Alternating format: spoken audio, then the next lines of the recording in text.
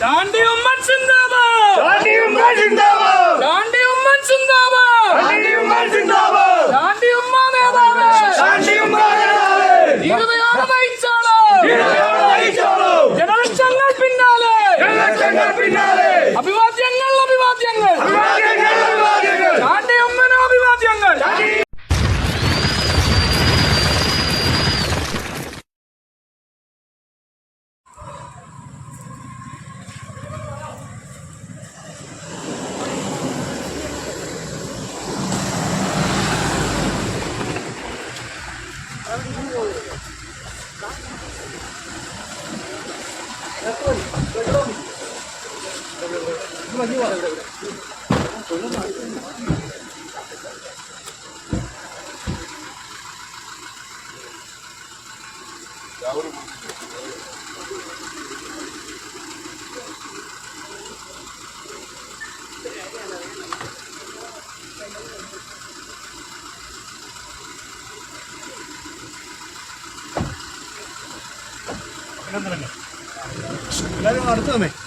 ചാണ്ടി ഉമ്മൻ സിന്ദാബാദ്, ചാണ്ടി ഉമ്മൻ സിന്ദാബാദ്, ചാണ്ടി ഉമ്മൻ സിന്ദാബാദ്, ചാണ്ടി ഉമ്മൻ സിന്ദാബാദ്, ചാണ്ടി ഉമ്മ നേതാവേ, ചാണ്ടി ഉമ്മ നേതാവേ, ധീരതയോടെ നയിച്ചോളൂ, ധീരതയോടെ നയിച്ചോളൂ, ജനലക്ഷങ്ങൾ പിന്നാലെ, ജനലക്ഷങ്ങൾ പിന്നാലെ, അഭിവാദ്യങ്ങൾ അഭിവാദ്യങ്ങൾ, അഭിവാദ്യങ്ങൾ അഭിവാദ്യങ്ങൾ, ചാണ്ടി ഉമ്മന് അഭിവാദ്യങ്ങൾ, ചാണ്ടി ഉമ്മന് അഭിവാദ്യങ്ങൾ, അഭിവാദ്യങ്ങൾ അഭിവാദ്യങ്ങൾ, അഭിവാദ്യങ്ങൾ അഭിവാദ്യങ്ങൾ, ചാണ്ടി ഉമ്മന് അഭിവാദ്യങ്ങൾ, ചാണ്ടി ഉമ്മന് അഭിവാദ്യങ്ങൾ.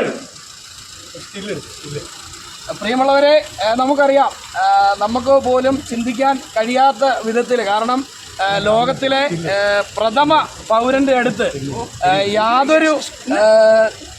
യാതൊരു ബുദ്ധിമുട്ടും ഇല്ലാതെ അവിടെ കയറി ചെല്ലുവാൻ, കാരണം അവിടെ ആയിരുന്നപ്പോൾ MLA-യുമായിട്ട് നമുക്ക് സംസാരിക്കാനായിട്ട് ഇടവന്നു.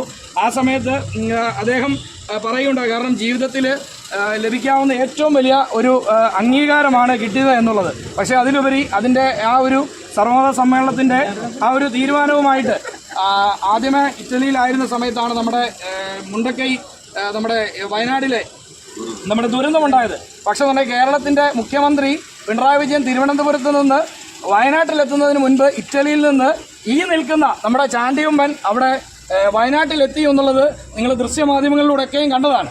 അപ്പോൾ അങ്ങനെ ഉള്ള ഒരു മനുഷ്യൻ, കാരണം ഉമ്മൻചാണ്ടി സാറിന്റെ ചോരയിൽ പിറന്ന one and only Chandy Oommen ഇനി മുൻപോട്ട് വളരെ ശക്തമായി നോക്കുന്നുണ്ട്. രോമം എഴുന്നേറ്റ് വരികയാണ്. കാരണം അത്രയും സ്നേഹത്തോടുകൂടി ജനങ്ങളെ കാണുന്ന ഒരു ഉമ്മൻചാണ്ടി സാറിന്റെ മകൻ, അതേ ചോരയിൽ പിറന്ന ആ ഒരു മനുഷ്യൻ പുതുപ്പള്ളിയിൽ മുൻപോട്ട് വളരെ ധീരമായിട്ട് പുതുപ്പള്ളിയിലെ ജനങ്ങളെ ഏതൊക്കെ പ്രതിസന്ധികൾ വന്നാലും മുൻപോട്ട് കടന്നു പോകും എന്നുള്ളതിൽ യാതൊരു സംശയവുമില്ല. പ്രിയമുള്ളവരെ, നമുക്കറിയാം, അതുപോലെ തന്നെ അത്രയും സ്നേഹമുള്ള ആ ഒരു മനുഷ്യന്റെ ചില കാര്യങ്ങൾ ചില ചാനലുകളിലൊക്കെ നമ്മൾ കാണുന്നുണ്ട്.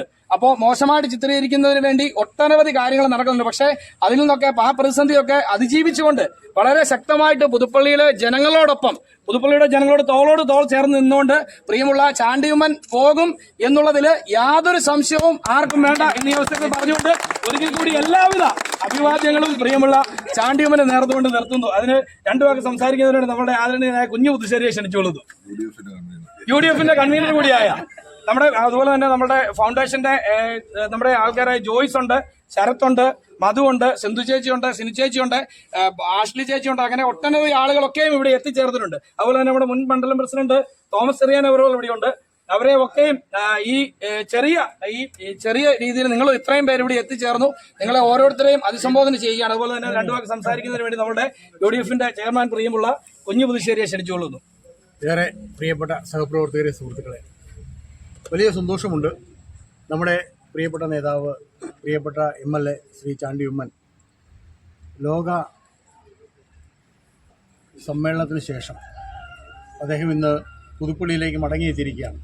കഴിഞ്ഞ കുറേ ദിവസങ്ങളായ ദൃശ്യമാധ്യമങ്ങളും വർത്തമാന പത്രങ്ങളും സോഷ്യൽ മീഡിയയൊക്കെ ആ സർവമത സമ്മേളനത്തിൻ്റെ വിവരണം വളരെ കൃത്യമായി നടത്തിയിട്ടുണ്ട്.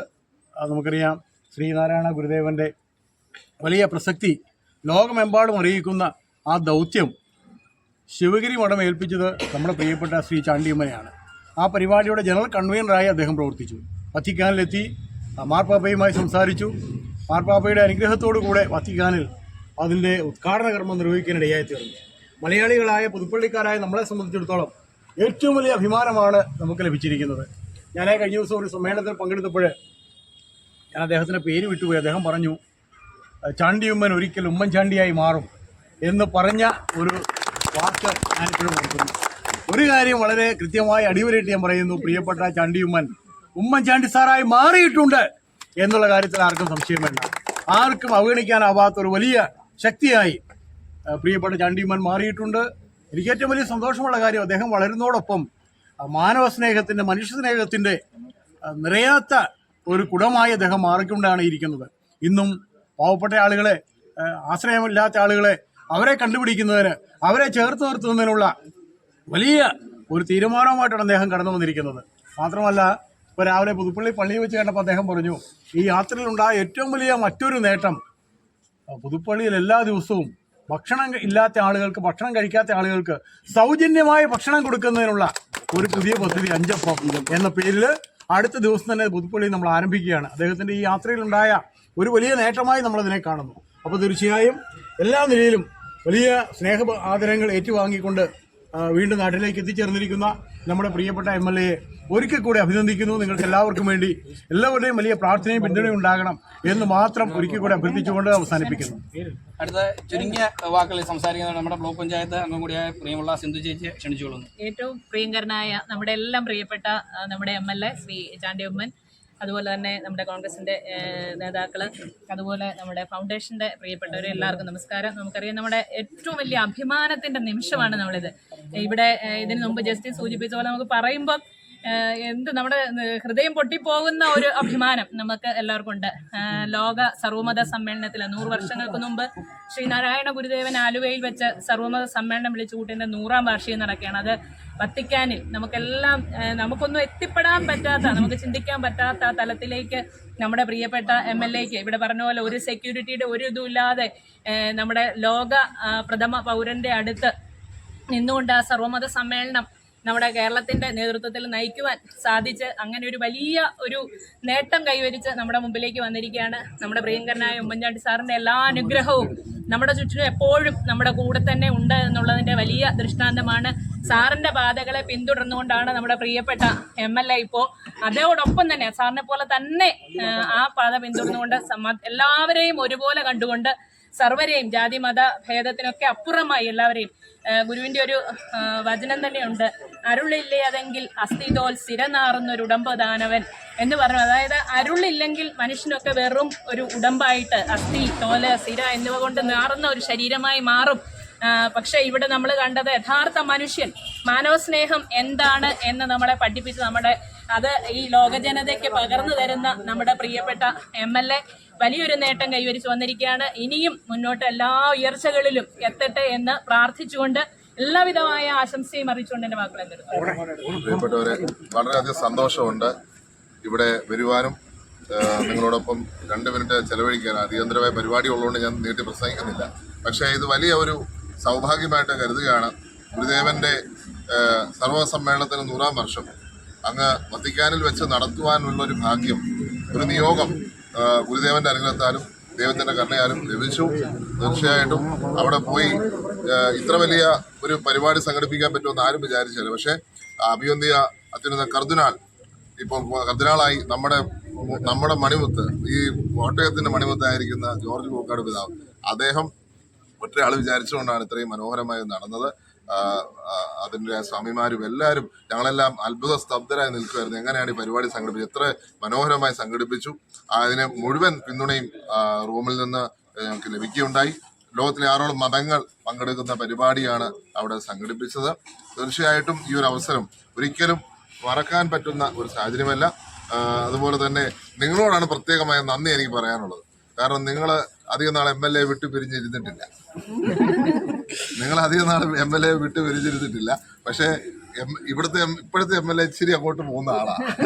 പ്രത്യേകിച്ച് ഗുരുദേവന്റെ ഒരു കാര്യം വരുമ്പോൾ ആ ഗുരുദേവന്റെ കാര്യത്തിന് വേണ്ടി പോവുക എന്നുള്ളത് അത് ഈശ്വര നിശ്ചയമായിട്ട് കരുതുന്ന വ്യക്തി കൂടി ആയതുകൊണ്ടാണ് ഈ പരിപാടി തുടങ്ങുന്നത്. എനിക്കൊന്നും ഓർമ്മയുണ്ട്, ഓഗസ്റ്റ് 1-നാണ് ഞാൻ ഈ പരിപാടിയുമായി ബന്ധപ്പെട്ട് ആദ്യം പ്രവർത്തനം തുടങ്ങുന്നത്. ഓഗസ്റ്റ് 1-ന് ആദ്യം ഞാൻ പോയത് ഇംഗ്ലണ്ടില് ശിവഗിരി മഠത്തിലാണ്.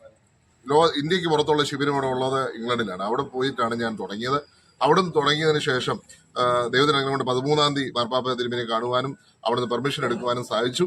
അത് കഴിഞ്ഞിട്ട് നവംബർ 30 നടന്ന പരിപാടിയിൽ വളരെ വിജയമായി അത് കലാശിക്കുകയും ചെയ്തു. നിങ്ങളോട് എനിക്ക് പ്രത്യേകം നന്ദി പറയട്ടെ. ഇത്രയും ദിവസങ്ങളും ഞാൻ ഇതുമായി ബന്ധപ്പെട്ട് മാറി നിന്നപ്പോഴൊക്കെ അതുമായിട്ട് സഹകരിച്ച് നിൽക്കുവാൻ നിങ്ങൾ ഓരോരുത്തരും തയ്യാറായി. അത് പ്രത്യേക സ്നേഹത്തോട് ഓർക്കുന്നു. പക്ഷേ ഞാൻ ഇവിടുന്ന് പോയാലും എൻ്റെ മനസ്സ് മുഴുവൻ എപ്പോഴും പുതുപ്പള്ളിക്ക് വേണം.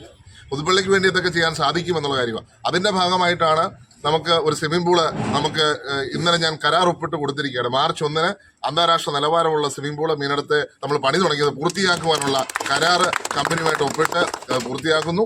അതുപോലെ തന്നെ നമുക്കറിയാം 5 അപ്പം പദ്ധതി.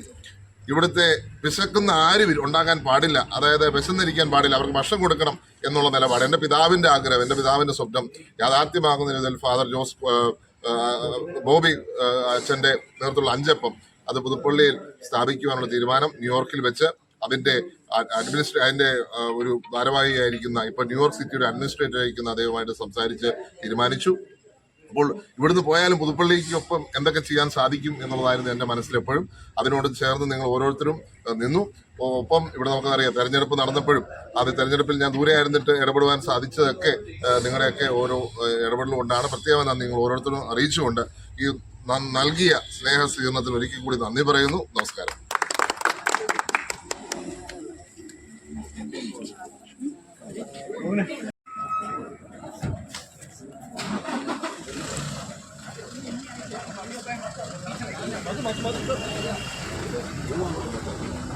രാഹുലേ